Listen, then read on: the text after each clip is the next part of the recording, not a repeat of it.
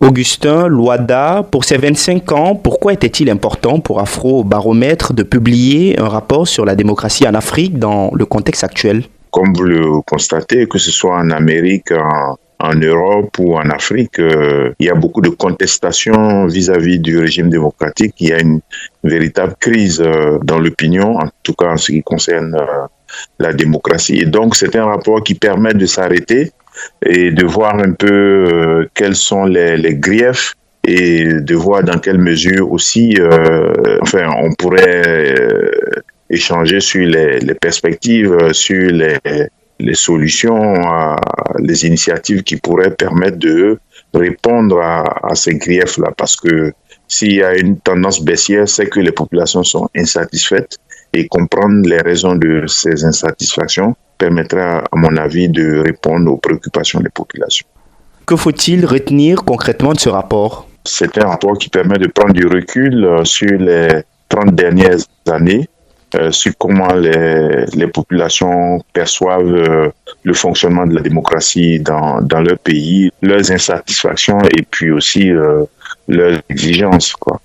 Est-ce que les populations préfèrent le régime militaire, le régime démocratique, le régime autoritaire? Donc, ce sont des questions assez classiques pour sonder les préférences, les opinions des Africains sur les différents régimes politiques. Et justement, qu'en disent les populations?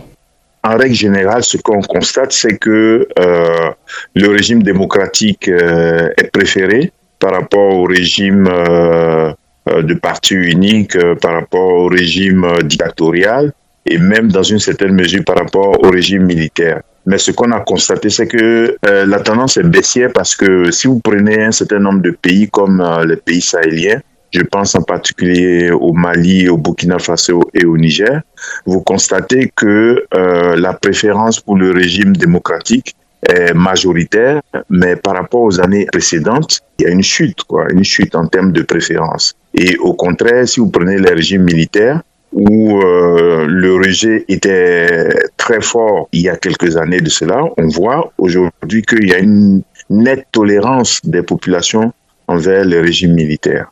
Et ça pourrait peut-être s'expliquer dans le cadre des 3 pays sahéliens que j'ai indiqués, par les défis sécuritaires auxquels ils sont confrontés. Et peut-être que les populations pensent que les régimes militaires sont plus aptes, plus compétents à adresser ces questions-là. Depuis 25 ans, à travers ces données, Afrobaromètre met en valeur les avis des populations africaines sur plusieurs sujets de société. Qu'est-ce qui rend ces données fiables et représentatives de la population? Afrobaromètre a fait un effort considérable pour étendre son réseau. Et donc, le réseau veille à renforcer les capacités de ses partenaires nationaux. Il supervise également la collecte des données et donc cela permet de s'assurer de la qualité des données qui sont collectées. Évidemment, en suivant les standards, il y a un échantillonnage aléatoire qui est utilisé, qui permet pour des pays de taille où il y a en gros une vingtaine de millions d'habitants d'avoir un échantillon représentatif d'environ 1200 personnes qu'on interroge en face à face dans la langue de l'enquêté, la langue qu'il maîtrise. Et puis, il y a aussi des questionnaires standardisés qui permettent les comparaisons entre les pays. Et il y a bien entendu la possibilité pour chaque pays d'introduire dans le questionnaire des questions spécifiques qui intéressent le pays.